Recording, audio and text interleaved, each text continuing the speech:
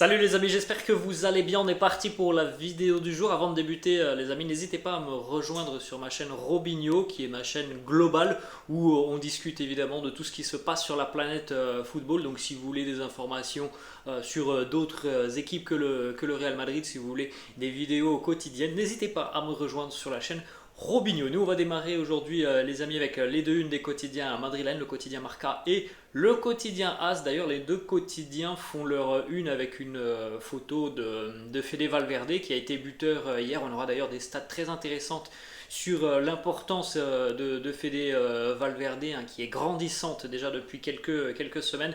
Le quotidien Marca qui titre Leda Alas. Alors le petit jeu de mots, c'est voilà, la traduction, ça doit être quelque chose du style ça donne des ailes. Donc pour faire référence évidemment au RB Leipzig, propriété du groupe Red Bull et du célèbre slogan de la marque Red Bull. Ensuite le quotidien AS qui titre Valverde es un canon. Bon là la traduction est beaucoup plus simple, hein. Valverde est un canon. Vous avez encore vu, hein, ce golasso de Fede hier, 3 jours après le but splendide inscrit face à Mallorca. Il est de plus en plus régulièrement décisif. On rappelle les amis la victoire 2-0 hier pour le Real Madrid face à Leipzig. Valverde 80e, Marco Asensio 91e sur un coup franc astucieusement joué entre Toni Kroos et Asensio. N'hésitez pas à retrouver le débrief de la rencontre les amis, il défile juste au-dessus de moi. Alors ce qui est ressorti de cette rencontre, c'est que le Real s'impose sans trop briller, hein. Franchement, sur la première mi-temps, c'était un rythme très, très lent lors de cette rencontre. Ça a accéléré un petit peu sur la seconde mi-temps face à une équipe de Leipzig qui a baissé en intensité en seconde mi-temps. Et comme d'habitude, le Real a pris le dessus lors de cette seconde mi-temps. Vous pouvez jeter un petit coup d'œil les amis, là ça apparaît sur moi. Voilà donc les statistiques globales de cette rencontre, même si on en a parlé hier lors du débrief. 12 tirs à 9 pour le Real. Donc voilà, c'était une rencontre où on n'a pas eu énormément de situations offensives. Et puis vous avez donc sur cette map du terrain, eh bien, toutes les situations côté madrilène ou côté Leipzig. Vous pouvez le constater, les deux petits points rouges, ce sont évidemment les buts merengues. Ensuite, les amis, on continue avec cette statistique aussi impressionnante sur le début de saison du Real Madrid. Ça fait maintenant 8 victoires consécutives pour les merengues depuis le début de saison. C'est simple, 8 matchs, 8 victoires depuis le début de saison pour le Real. C'est la première fois pour les merengues qu'on atteint donc 8 matchs, 8 victoires depuis 1968-1969. Donc c'est tout de même assez impressionnant, hein. Ça faisait 50 ans que le Real Madrid n'avait pas réalisé un aussi bon début de saison. Et puis les amis, le record dans l'histoire du Real Madrid, c'est 11 victoires consécutives en début de saison. Et le Real l'a fait à deux reprises, en 68-69 mais aussi en 61-62. Donc on verra si le Real sera capable d'aller chercher cette barre des 11 victoires consécutives. Il faudra déjà remporter le derby dimanche, hein, qui va être évidemment un très gros match et un choc de cette nouvelle journée de Liga. On va continuer les amis, premièrement avec une déclaration d'Emiliano Butragueno dont on a parlé brièvement hier, hein. J'ai inclus tout ça au milieu de mon débrief parce que je m'en suis souvenu au milieu du débrief. Vous avez vu la qualité de la pelouse du Bernabéu, très très moyen, hein, pour une équipe digne du Real Madrid. Butragueno qui nous donne quelques précisions et qui nous dit le gazon qui a été posé vient d'Extremadure. D'Extremadure, c'est une région d'Espagne à l'extrême ouest justement de l'Espagne. Il nous dit où les températures étaient très élevées, il a été difficile pour lui de s'acclimater, mais dans les prochaines semaines la situation va s'améliorer, heureusement, et on l'espère, parce que voilà, c'est pas une pelouse digne d'une très très grande équipe, hein, que l'on a vu hier. Thibaut Courtois d'ailleurs, à l'issue de la rencontre, s'est exprimé sur l'état de la pelouse et nous dit l'état du gazon au Bernabéu ne nous a pas aidé à jouer notre football. La première mi-temps a été très compliquée, on a raté trop de passes, l'entraîneur a changé les choses à la pause, on a dû améliorer le pressing, c'est important de gagner ce genre de match. Petite stat d'ailleurs aussi les amis sur Thibaut Courtois, on l'a vu, le Real ne conserve pas de clean sheet en championnat depuis le début de saison, c'est tout l'inverse en Ligue des Champions, deuxième match et deuxième clean sheet pour Thibaut Courtois qui d'ailleurs sur ses dernières rencontres de Ligue des Champions a arrêté 24 des 25 tirs auxquels il a fait face. Le dernier dernier but encaissé par Thibaut Courtois en Ligue des Champions était le but encaissé face à Manchester City en demi-finale de Ligue des Champions. On enchaîne les amis avec une petite stat sur Carlo Ancelotti avant de démarrer avec les déclats de Carlo. Carlo qui est devenu hier le deuxième entraîneur à remporter 100 matchs en Ligue des Champions. Bravo au Mister Ancelotti, 100 matchs en Ligue des Champions, c'est énorme. Et puis dans les prochaines semaines, il dépassera la légende Sir Alex Ferguson avec ses 102 victoires en LDC. On continue donc les amis avec des déclats. Carlo Ancelotti, premièrement, il nous parle de ce match qu'il a considéré comme étant le match le plus compliqué de la saison. Il nous dit oui, c'était le match le plus tendu pour ainsi dire. Mais c'était un match fantastique. Tout d'abord, nous ne voulions pas être pris en compte et c'est pourquoi nous n'avons pas tellement avancé en première mi-temps. Donc on a déjà une petite explication les amis, pourquoi le Real a été aussi frileux, on va dire ça comme ça, en première mi-temps hier, tout simplement pour ne pas subir les contre-attaques du RB, même si c'est vrai que sur la première mi-temps, il y a eu quelques situations pour le RB. Ensuite, il nous dit que le jeu a été contrôlé par l'arrière et seulement 2 fois, ils nous ont pris à défaut. Leur plus grande force était leur contre-attaque. Les milieux de terrain ont été très importants. En deuxième mi-temps, ils ont baissé en intensité et nous avons profité de notre physique. Nous avons été intelligents tout au long de la rencontre. Il a réagi aussi au match de Marco Asensio qui a joué une demi-heure hier, qui a marqué. Il est entré sous les sifflets Asensio à la 63e et puis donc quand il a marqué, il y a eu des applaudissements. Donc ça c'est bien aussi pour le moral de Marco. Il nous dit j'ai félicité Asensio. Il a été décisif dans la victoire. Sa colère a permis d'améliorer son attitude lors des séances d'entraînement suivantes. Ensuite, Carlo qui nous parle aussi de l'adversaire, le RB, et c'est un bon adversaire. Il nous dit nous aurions préféré prendre l'avance au score plus rapidement, mais c'est la Ligue des Champions, c'est une très bonne équipe. Ils ont battu Dortmund et nous étions inquiets. Nous avons réussi notre coup ce soir. En ce qui concerne la passion des joueurs, l'énergie dégagée par certains joueurs, il nous dit je me soucie beaucoup d'eux. J'ai entraîné dans de nombreux matchs de Ligue des Champions. Cette équipe est très attachée à la façon dont ils sont madridistas au plus profond d'eux-mêmes et le poids de ce maillot leur permet de se sentir madridistas comme tous les fans. Il a jugé aussi la prestation d'Eduardo Camavinga. Alors on en a parlé un petit peu hier lors du débrief. Comme d'habitude les amis, ça nous laisse un petit peu sur notre faim lorsqu'Eduardo est titulaire. C'est pas le même que lorsqu'il entre en cours de jeu. Il nous dit je suis d'accord. Quand le match est entamé, son énergie ressort plus lorsqu'il entre en jeu que lorsqu'il est titulaire. Utiliser son énergie en deuxième mi-temps est très importante pour nous et c'est plus difficile pour les adversaires. Il doit apprendre à bien se positionner, à doser aussi davantage son énergie. En ce qui concerne la fluidité dans le jeu merengue, une question qui a inclus Karim Benzema, il nous dit par rapport à cette question, est-ce qu'avec Benzema le résultat aurait-il été acquis plus rapidement dans cette rencontre? Il nous dit avec Benzema nous n'aurions pas changé de stratégie.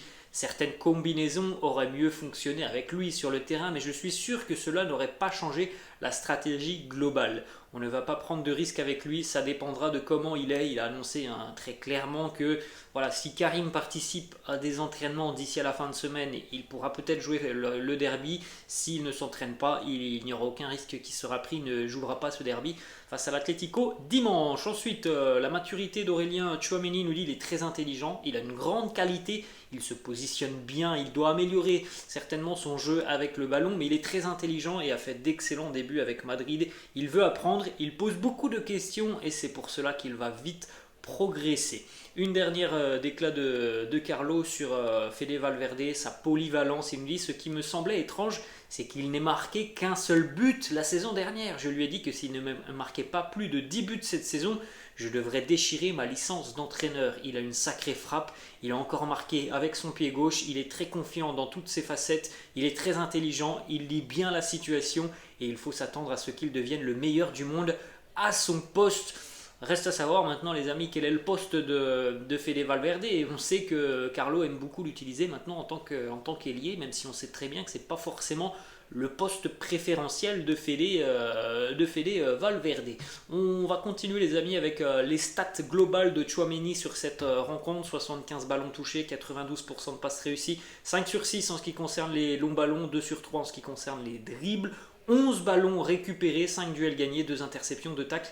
Encore un match plein pour Aurélien Tchouaméni, ce qui me permet aussi de faire mon autocritique parce que moi hier sur cette rencontre, bon, voilà les amis, je peux aussi me tromper, j'ai pas forcément trouvé qu'Aurélien Tchouaméni avait été très très bon sur cette rencontre. Je dis pas qu'il a été mauvais, je dis juste que voilà, je l'ai dit lors de mon débrief, que je trouvais que c'était un match assez neutre de Tchouaméni. Eh bien ces statistiques me prouvent que j'avais totalement tort, que j'ai pas regardé le match d'un assez bon œil, puisque le match de Tchouaméni en termes de statistiques il est plutôt très très bon, et ça me permet aussi de faire mon autocritique. On a d'ailleurs une petite déclat de Tchouaméni sur son évaluation de sa performance. Il nous dit: comparé au match du Celtic qui était pour mon premier match en LDC, c'est certain que j'étais beaucoup plus à l'aise ce soir, même s'il y a des ajustements à faire comme après mon premier match de Liga. Aujourd'hui, je suis plutôt content de ma performance, j'ai pu montrer ma qualité, je vais continuer à monter en puissance, tout comme l'équipe.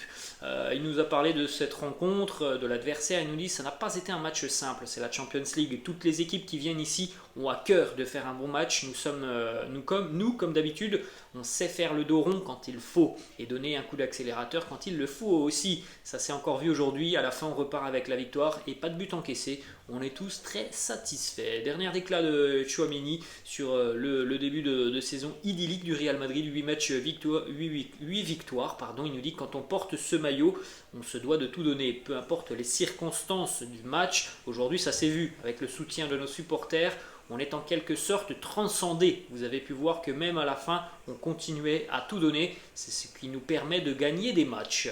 On va poursuivre les amis avec cette petite image. Fede Valverde qui a été récompensé du trophée d'homme du match hier. Regardez un petit peu les différentes maps de Fede Valverde sur cette rencontre. Encore une fois, une grosse activité pour lui. Très bon dans l'utilisation du ballon, dans les passes vers l'avant. Encore une fois, vous le voyez sur la map au milieu, les amis, les progressions vers l'avant qui ont été assez performantes aussi pour Fede Valverde. Puis la troisième map qui est consacrée aux situations défensives de Fede avec des tacles, des dégagements, des récupérations de balles, et me couronne tout ça avec un but. C'est encore une super prestation pour l'Uruguayen qui est désormais impliqué sur 6 buts lors de ses 9 derniers matchs avec le Real Madrid, toutes compétitions confondues. 3 buts, 3 passes D, c'est autant que sur ses 87 précédents matchs avec le Real. Vous voyez les amis la dimension qu'est en train de prendre Fede. Buteur face à Majorque, buteur face au RB hier, buteur face au Celta il y a quelques semaines, passeur décisif aussi il y a quelques semaines. Fede est tout simplement monstrueux à l'heure actuelle avec le Real. Fede Valverde qui a d'ailleurs concédé hier qu'il avait pris un pari avec Carlo Ancelotti. Alors il ne nous a pas donné l'identité de ce pari, mais on peut se dire que c'est quelque chose qui doit ressembler à ce qu'a dit Carlo Ancelotti et dont on a parlé il y a quelques minutes. Carlo qui lui a demandé de marquer au moins 10 buts cette saison. On en est déjà à 3 pour Fede Valverde. Il nous dit: j'ai pris un pari avec l'entraîneur. J'espère que je vais marquer beaucoup de buts pour atteindre ce nombre. Donc voilà, ce serait le pari que se seraient fixé Fede et Carlo Ancelotti, inscrire 10 buts cette saison. Fede qui nous dit aussi: j'essaye toujours de donner le meilleur de moi-même, peu importe dans la position auquel je joue. Petite stat aussi les amis, importante sur Fede Valverde: lorsqu'il marque avec le Real Madrid, il n'a jamais connu la défaite. Ensuite les amis, on a des déclarations de Nacho. On l'a dit hier, Nacho est certainement, je pense certainement que c'est l'un des meilleurs merengues sur cette rencontre. Nacho, il a été exemplaire tout au long de la rencontre, il a été très très propre. Nacho qui a été interrogé sur cette rencontre, match compliqué, nous dit: oui, c'était un match difficile, nous avons travaillé dur tout de même pour gagner. Je suis heureux car c'était très important. Qu'est-ce qui s'est passé à la mi-temps? Le changement un petit peu d'état d'esprit côté merengue, il nous dit: nous étions très déstabilisés, avec beaucoup d'espace entre les lignes en première mi-temps, nous avons changé les choses et nous nous sommes améliorés en seconde mi-temps. Cette équipe a beaucoup de puissance. Le but de Fede Valverde, il nous dit: nous devons profiter de lui car il est dans un bon moment et tout ce qui aide l'équipe est très bon. Il a parlé aussi de l'entrée et du but d'Asensio. Il nous dit: il a toujours été très important pour nous. Je suis très heureux pour lui car en plus d'être un grand joueur, c'est un grand ami. En ce qui concerne la puissance physique dégagée par cette équipe du Real, il nous dit: nous sommes très bons physiquement, avec beaucoup de puissance, de force. Nous avons très bien travaillé pendant la pré-saison. Je pense qu'on est tous conscients les amis que le Real Madrid physiquement est certainement l'une des meilleures équipes au monde.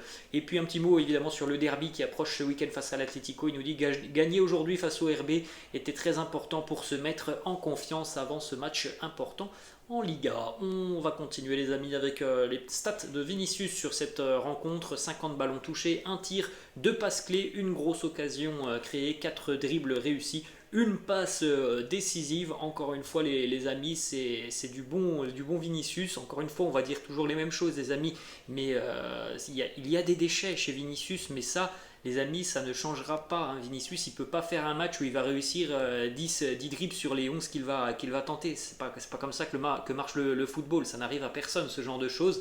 Mais encore une fois, Vinicius, il tente, il essaye et il finit par être récompensé. Et ça, c'est incroyable hein, parce que voilà, il continue toujours à tenter. Et vous savez, les amis, je pense qu'il y a beaucoup de joueurs qui ont le profil de Vinicius qui ne réussissent pas autant que Vini hein, sur ce qu'il fait sur une rencontre. Oui, il y a du déchet, mais il y a aussi quand même beaucoup de différences hein, qui sont faites par Vini. On poursuit les amis avec 3 petites informations pour terminer. Hier, c'était le 50e but de Marco Asensio sous les couleurs du Real Madrid. 50e but en 238 matchs pour Marco Asensio. Je pense que c'est un but qui va lui faire grandement du bien tout simplement au niveau de la tête. Vous avez vu cette célébration hier, c'était d'ailleurs la miniature du débrief. Ferland Mendy qui est venu donc prendre le visage de Marco Asensio pour le faire sourire. On a bien vu l'énorme déception de Asensio lorsqu'il n'est pas entré en jeu face à Mallorca le week-end dernier. Là on a vu aussi le groupe qui était présent pour lui lorsqu'il a marqué. Tout le monde était assez heureux quand même pour Marco Asensio et Ferland Mendy voilà, qui le force à sourire. C'était une belle image. Et on termine les amis avec une petite stat sur Luka Modric. Encore une stat qui montre à quel point Luka Modric est un immense joueur. Luka Modric hier à l'âge de 37 ans est devenu le plus vieux joueur du Real Madrid hors gardien de but à disputer un match de Champions League depuis 1965. Et Ferenc Puskás qui avait disputé un match à l'âge de 38 ans, c'était il y a plus de 50 ans maintenant. Voilà les amis, la fin de cette vidéo, j'espère que ça vous a plu. N'hésitez pas comme d'habitude à lâcher un petit pouce bleu, n'hésitez pas non plus à vous abonner à la chaîne. Je vous laisse et je vous dis à la prochaine, ciao.